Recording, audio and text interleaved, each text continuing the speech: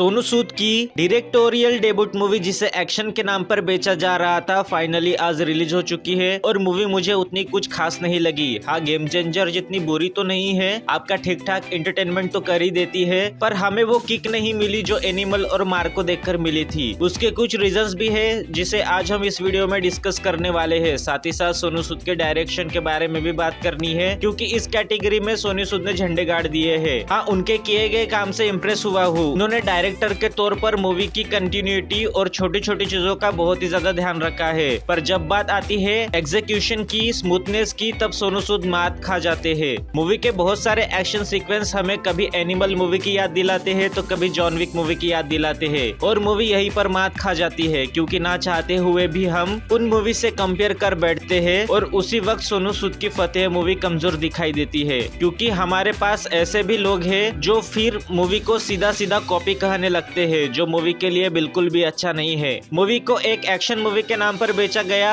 और जितना हो सके उतना ब्रूटल सीन्स हमें ट्रेलर में ही दिखाया गया और मेरे हिसाब से यही पे मेकर्स ने बहुत ही बड़ी गलती हो गई है क्योंकि वही सारी चीजें हमें मूवी में एक्सटेंडेड करके दिखाई गई है। ब्रूटैलिटी के नाम पर हमें सिर्फ और सिर्फ खूनी दिखाया गया और गन फाइट भी। हाँ, ये सारी चीजें इम्प्रेसिव तो है पर फिर भी कुछ तो मिसिंग सा लगता है। मूवी की शुरुआत एक दमदार गन फाइट वाले सीक्वेंस से होता है जहाँ पर अंधाधुंध गोलियां बरसाकर लोगों को मौत के घाट उतार दिया जाता है, पर उसके बाद सिर्फ स्टोरी को बिल्डअप किया जाता है। पूरा मिडल पोर्शन शांति में गया और फिर आखिर में जाकर वापस एक गन फाइट सीक्वेंस, बाद में मूवी खत्म। आपने पूरी मूवी को एक्शन के नाम पर बेचा है और मूवी में हमें सिर्फ शुरुआत और अंत में फाइट मिलती है, वो भी पहले ही ट्रेलर में देख लिया था। बाकी जो एक्शन हमारे सामने रखा गया वो तो देखा देखा सा लग रहा था, कुछ भी नया फील नहीं हुआ, तो उसकी वजह से जो इम्पैक्ट हम पर होना था वो नहीं हो पाता और मूवी खत्म हो जाने पर वो वाला सेटिस्फेक्शन नहीं मिलता। मूवी में दो विलन्स को रखा गया है और दोनों ही विलन्स के लिए कुछ ज्यादा काम नहीं है, पर पर्सनली कहूँ तो मुझे विजय रैक का डायलॉग डिलीवरी टाइमिंग बहुत ही ज्यादा पसंद आया। पता नहीं क्यों पर वो विलन जैसे फील हो रहे थे। हाँ, ये बात अलग है कि उन्हें सस्ते में निपटा दिया गया और जो दूसरा विलन है नसरुद्दीन शाह, उससे तो सिर्फ और सिर्फ चार दीवारों के अंदर ही एक्टिंग करवाई गई है। पूरा मूवी में सिर्फ स्क्रीन के सामने खड़ा रहकर डायलॉग मारते रहते हैं, तो विलन्स मूवी की सबसे कमजोर कड़ी है। मूवी में जैकलिन भी है, उसे हैकर दिखाया गया है पर वो हैकर जैसी फील नहीं होती।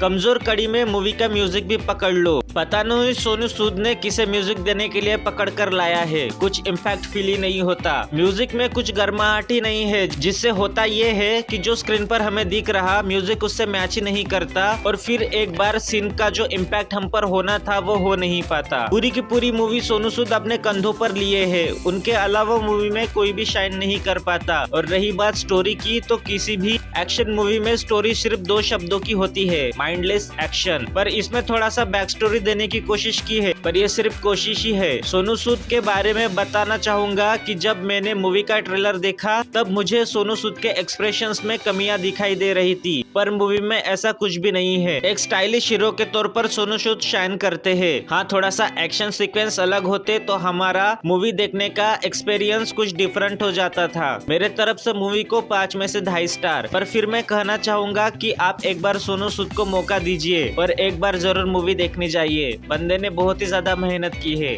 आपने फतेह देखी है, आपको मूवी कैसी लगी मुझे कमेंट बॉक्स में बताओ। वीडियो अच्छी लगी तो लाइक कर दो। बाकी मिलते हैं किसी दूसरे नए वीडियो के साथ। जय हिंद।